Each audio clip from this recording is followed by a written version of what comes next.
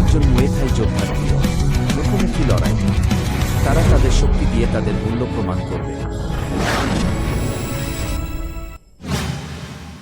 আসুন এক রাউন্ড হাততালি দিয়ে শুরু করা যাক। আসুন আমরা নীল দিকের খেলোয়াড়দের স্বাগত জানাই। থাইল্যান্ড থেকে সাসংখুন।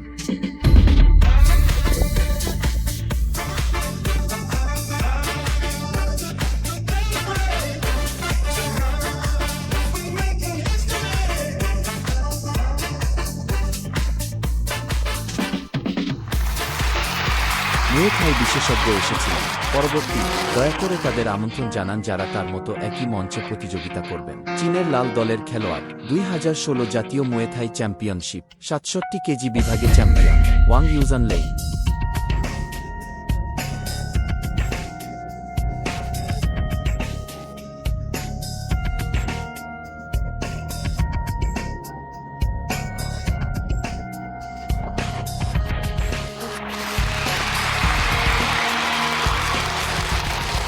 নীল দলের খেলোয়াড় হলেন থাইল্যান্ডের সাসংখুন।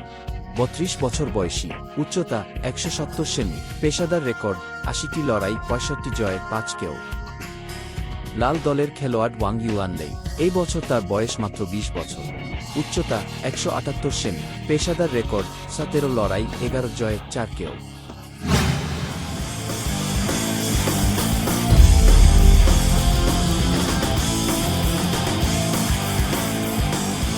আমাদের ম্যাচের রেফারি ছিলেন জনাব বাও গাওশান।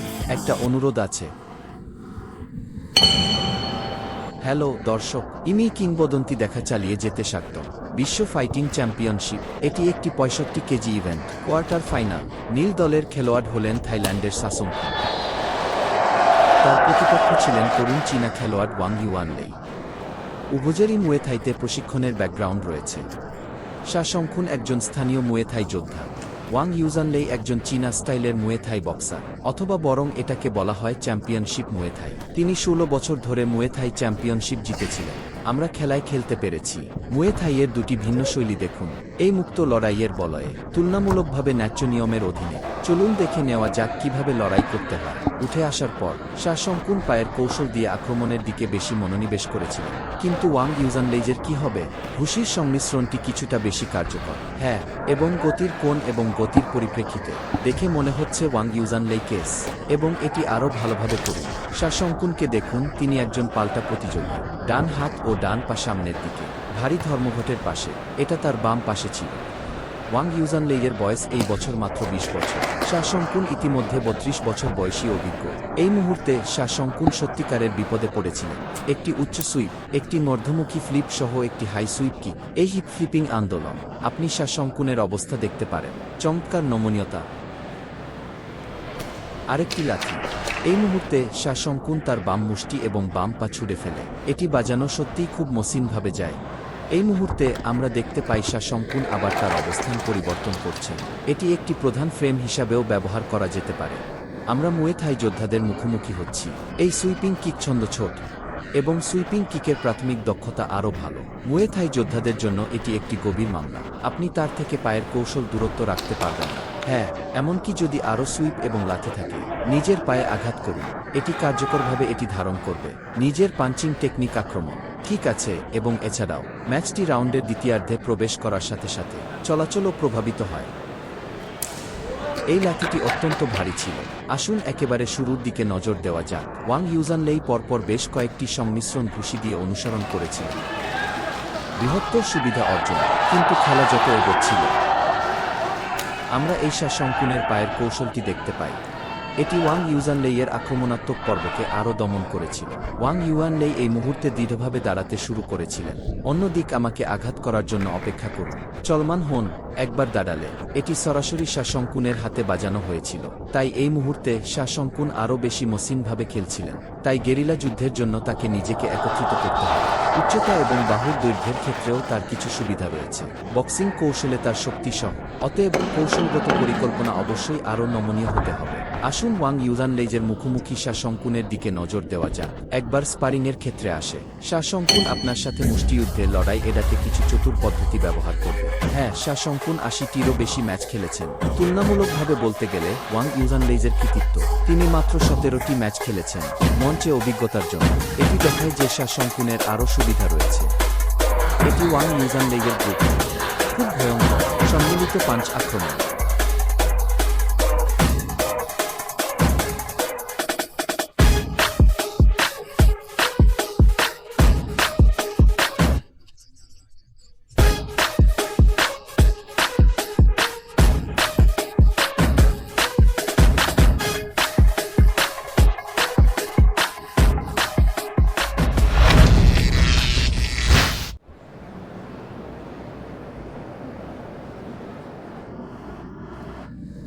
ম্যাচের দ্বিতীয় রাউন্ড শুরু হয়।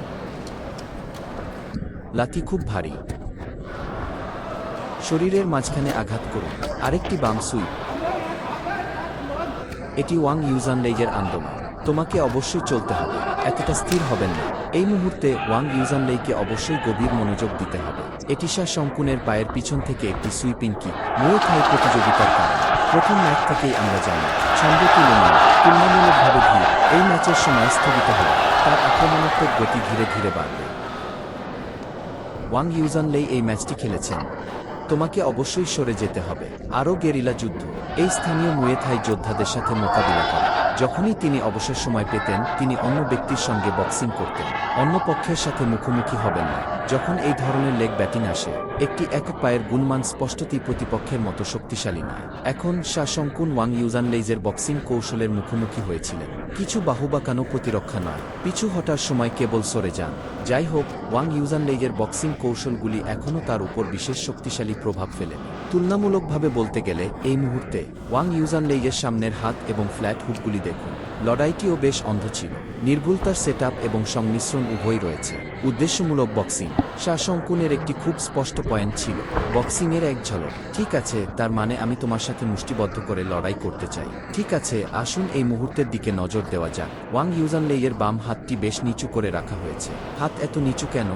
তদুপরি ওয়াং ইউজানলেই আসলে কম্বো চালগুলি টানতে পারে, তার কম্বিনেশন পাঞ্চ নিক্ষেপ করার ক্ষমতা রয়েছে। কেন ক্লিক বেশি হয়? পরিবর্তে তিনি আরও খাঁটি থাই শৈলী গ্রহণ করেছিলেন। এর অর্থ তাদের শক্তিকে আক্রমণ করার জন্য তাদের দুর্বলতাগুলি ব্যবহার করা। কারণ আমরা প্রথমটি দেখেছি, ওয়াং ইউজানলেইজের বাহু লম্বা এবং লম্বা, এর চেয়েও দীর্ঘ শাসংকুন। হ্যাঁ, আমরা শাসংকুনকে ভিতরে যেতে দেখছি যখন তারা তার সাথে ঘুষি বিনিময় করছিল। প্রথমটি তার জন্য উপযুক্ত দূরত্ব নয়। দ্বিতীয়টি, ওয়াং ইউজানলেইজের কম্বো আক্রমণের পর তিনি বুঝতে পেরেছিলেন যে শাসংকুনের জন্য কোনো ভালো সমাধান নেই। সুতরাং এই মুহূর্তে তারা এই সংমিশ্রণ ঘুষির আক্রমণ পরিত্যাগ করতে পারে। কিন্তু এই মুহূর্তে ওয়াং ইউজানলেইজের হাত এত নিচু হয়ে গিয়েছিল মাথা সুরক্ষার জন্য। তবে এটাকে অবমূল্যায়ন করবেন না। হ্যাঁ, আমি এটাই বোঝাতে চাইছি। আমি তো এই উচ্চ সুইপকে অবমূল্যায়ন করেছি। এটি অবশ্যই একটি ঠান্ডা ঝাড়ু ছিল। একবার আঘাত পেলে এটি অত্যন্ত বিপজ্জনক। এটা হল শাসংখান, এটা একটা হাই সুইপ, এটির এক আঘাতের প্রাণঘাতী প্রভাব রয়েছে। আমরা এইমাত্র দেখলাম যে শাসংকুন ইতিমধ্যে এসে গেছে। কি পাল্টা আক্রমণ! হাঁটুর আঘাত! শাসংকুন এই সুযোগটি ব্যতিক্রমীভাবে কাজে লাগিয়েছেন।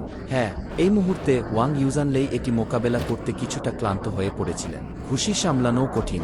একই সময়ে এই ধরনের হাঁটুর আঘাত বাধাগ্রস্ত হয়। দেখা যাক এই মুহূর্তে এটি শাসংকুন ধাপে ধাপে কাছাকাছি আঁকা হচ্ছে। তুলনামূলকভাবে ওয়াং ইউয়ানলেই কেবল পিছু হটতে খেলতে পারে। শাসংকুন দ্বিতীয় খেলায় তাৎক্ষণিকভাবে তার খেলার শৈলী পরিবর্তন করেছিলেন। একবার আপনি উঠে গেলে আপনার পছন্দসই লাথি মারার কৌশলগুলির দরকার নেই, কেবল ঘুষি নিক্ষেপ করুন।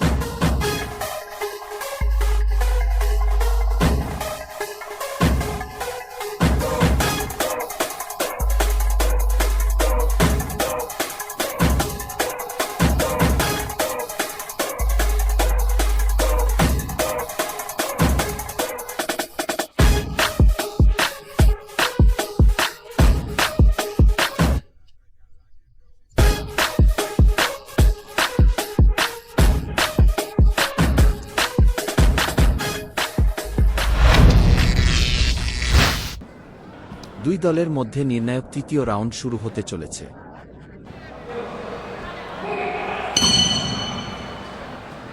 প্রথম খেলায় মনে হচ্ছে ওয়াং ইউয়ানলেইজের পাঞ্চিং কৌশলটির কিছুটা সুবিধা রয়েছে, কিন্তু এরপরই আসে দ্বিতীয় রাউন্ড। এর সাথে ছন্দের উপর শাসংকুনের নিয়ন্ত্রণ। উভয়পক্ষই হুলস্থুল করে ঘুষি বিনিময় করে। ওয়াং ইউজানলেইয়ের আর কোনো সুবিধা ছিল না। এই মুহূর্তে ওয়াং ইউজানলেইকে কিছু সমাধান নিয়ে আসতে হয়েছিল। শাসংকুনের বিরুদ্ধে লড়াই করার কিছু উপায় সন্ধান করুন।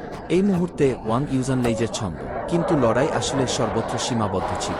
তার প্রতিপক্ষ একটি হাই সুইপ হেড অবতরণ করেছিল। আমরা সত্যিই মাথায় পেরেক আঘাত করেছি। যখন দুপক্ষ আলাদা হয়ে যায়, শাসংকুন অপ্রত্যাশিত কোণ নেবে এবং একটি লাথি চালু করেছিল। হ্যাঁ, এই পুরনো বক্সার, এটা সত্যিই অত্যন্ত বিপজ্জনক।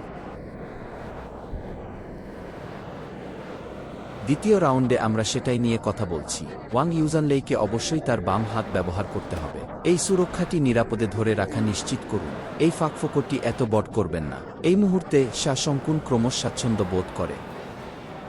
সারান সারান সারান, শুধু আঘাতের অপেক্ষায় দাঁড়িয়ে থাকবেন না। ওয়াং ইউজানলেই একটি ঘুষি মারার পরে মাথা থেকে আপনার প্রতিরক্ষা শক্তিশালী করুন। এখন একটি উচ্চ সুইপ। তিনি একটি প্রচণ্ড আঘাত নিয়েছিলেন। দেখো, ওয়াং ইউজানলেই এখনও এই মুহূর্তে এখানে দাঁড়িয়ে আছেন।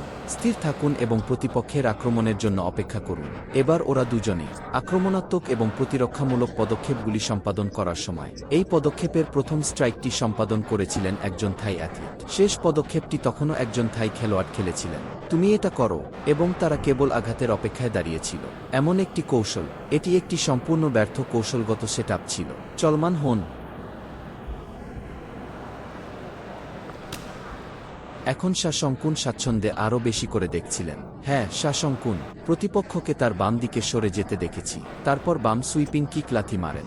আপনার ডান দিকে যান। তারপরে তিনি একটি ডান সুইপিং কিক লাথি মারেন। এটি প্রতিপক্ষকে পুরোপুরি অবরুদ্ধ করে দেয়। তারপরে এখন এটি দড়ির পাশে।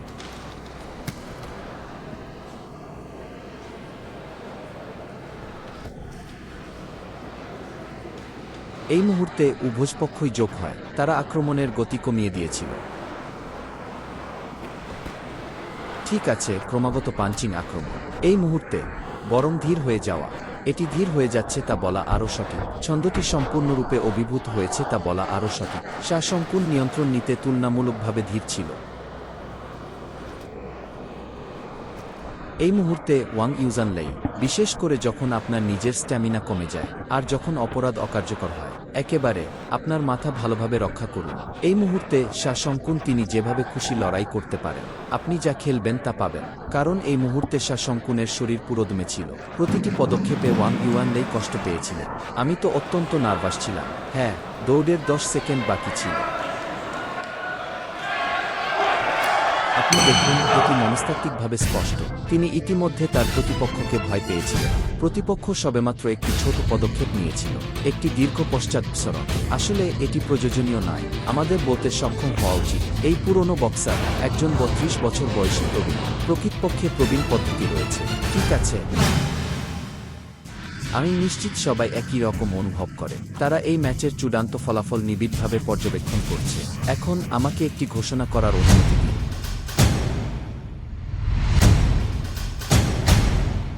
5 জন রেফারি। তারা যে স্কোরগুলি দিয়েছে তা নিম্নরূপ ছিল: 29 থেকে 29, 27 থেকে 30, 28 থেকে 30, 28 থেকে 30, 27 থেকে 30। শেষ পর্যন্ত এই ম্যাচ ল্যানফাং জিতেছে। অভিনন্দন।